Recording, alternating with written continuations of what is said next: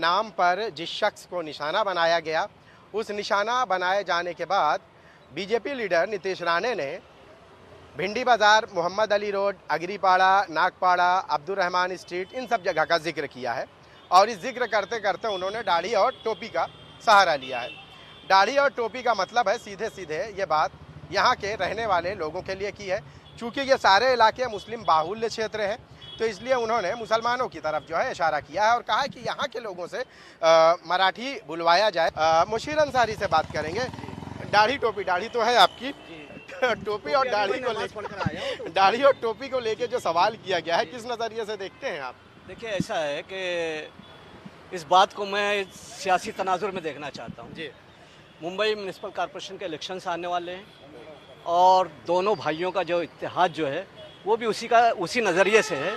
और उसमें जो है हिंदी भाषा का जो बीजेपी ने जो रियासत महाराष्ट्र ने किया, उसकी मुखालफत का भी मामला आया। तो खैर एक अलग वो विवाद है जिस पर जो है वो मामला महाराष्ट्र में किया गया।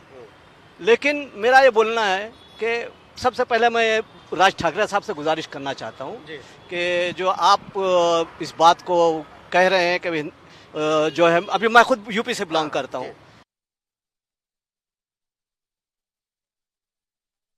तो मैं उतनी अच्छी मराठी नहीं बोल सकता। अच्छा, मेरे जब स्कूलिंग थी तो मराठी थी भी नहीं, लेकिन मैं चूँकि ऑफिस में काम किया, हमने सीखी भी ऐसा नहीं। लेकिन बहुत सारे लोग नहीं जानते मराठी, तो शिवसेना को चाहिए कि मराठी क्लासेस का इंतज़ाम करें और मुसलमानों को भी और उनमें भी गैर भाषी जो लोग हैं उनको ये सिखाई जाए मराठी, तो एक बेहतर चीज़ होगी। मुशीर साहब जी, नीतीश राणे ने जो बोला है, जिन एरिया का जिक्र किया है, नल बाज़ार, भिंडी बाज़ार, मोहम्मद अली रोड, अगरीपाड़ा, नागपाड़ा, वो आप किस तरह से देखते हैं? हाँ, उस मंजर पर मैं आना चाहता हूँ कि सियासी पस मंजर में एक बयान है। बीजेपी ने कुछ लोगों को जो छोड़ दिया है, जिसमें नीतीश राणे एक हैं, और वो हमेशा इसे ही बयान मुस्लिम मुखालिफ बयान देते चले आए। उनकी जो गाड़ी इसी पर चलती है, उनकी सियासत इसी पर चलती है। उसी सियासत को मद्देनज़र रखते हुए उन्होंने ये बयान जो है दिया है, और ये उनका बयान गैर वाजिबी है। इस तरह का बयान देना नहीं चाहिए। मैं उसकी एक मिसाल इसलिए देना चाहता हूँ कि आज ही आप शायद पेपर में पढ़ा होगा, कल शुभन गिल जो हिंदुस्तानी कप्तान है, उन्होंने सिराज को जो है, सिराज जो है बॉलर हैं, उनको बॉल देते हुए कहा कि सिराज भाई बिस्मिल्लाह करके बॉल डालो। मतलब कितनी बड़ी हिंदू मुस्लिम इत्तेहाद की बात है, और कितना मतलब एक मज़हब के तय एक गैर मुस्लिम का जो है वो फ़िरक़ावाना जो मामला नहीं हो करके एक इत्तेहाद, बाहिमी इत्तेहाद है जिससे हिंदुस्तान तरक्की कर सकता है। तो ऐसी बातों पे नीतीश राणे को भी नज़र रखना चाहिए और ये सब जो है सियासी बाजीगरी छोड़ देना चाहिए। सवाल है मेरा कि क्या आप लोग मराठी बोलने से गुरेज करते हैं या कुछ ऐसा है क्या कि जिस तरह से उन्होंने कहा है कि यहाँ अगर आके बोलेंगे तो क्या बोलेंगे, क्या ऐसा उन्होंने एग्रेसिव अंदाज में कहा है कि आमिर खान क्या मराठी बोलता है, क्या जावेद अख्तर, क्या इस तरह से उन्होंने ये कहा है, एक एग्रेसिव अंदाज रहा है। तो क्या कुछ नफरत जैसी है क्या मराठी से आप लोगों को? देखिए, ऐसा है कि हमारी मादरी ज़बान मुसलमानों की उर्दू है।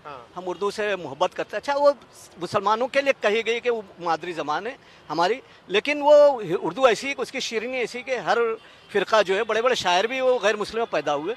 और मराठी जो हमारी राष्ट्रभाषा के बजाय हमारी जो रियासत की भाषा है, तो मराठी से हम क्यों नफरत करेंगे? हमको महाराष्ट्र में रहना तो मराठी को सीखना है, मराठी बोलना है और बोलना चाहिए। लेकिन अगर कोई ज़बरदस्ती इस तरह का करता है तो वो गैर वाजिबी है, उसको समझाना चाहिए। और मैं अब दरख्वास्त करूंगा सबसे कि मराठी सीखें, जो नहीं बोलते हैं वो सीखें और अपनी यहाँ की जो रियासत में हिस्सेदारी अपनी जताएं इस ज़बान को सीख कर। आसिफ कुरैशी हमारे साथ मौजूद हैं। सबसे पहले आप बताइए, मराठी आती है आपको? हाँ, मराठी आती है। अच्छी आती है?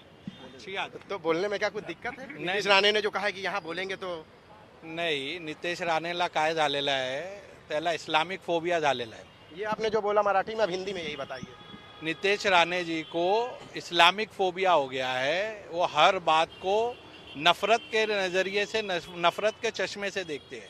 वो दो समाज के बीच में नफ़रत बांटने का काम कर रहे हैं। उन्हें समझना चाहिए वो एक आमदार है और महाराष्ट्र के मंत्री है। और मैं आपके चैनल के माध्यम से ये कहना चाहूँगा कि देवेंद्र फडणवीस जी जो चीफ मिनिस्टर है, उनको थोड़ी समझ देनी चाहिए कि इस तरीके की बयानबाजी ना करें जिससे दो समाज के बीच में नफरत पैदा होगी। और नितेश राणे जी को मैं खुद दावत दूंगा कि आप आए, नागपाड़ा आए, मोहम्मद अली रोड आए, और हम उनका बहुत ही अच्छे तरीके से सम्मान करेंगे। गुरुग्राम से खबर इस वक्त सामने आ रही है, जहां पर टेनिस प्लेयर राधिका यादव की गोली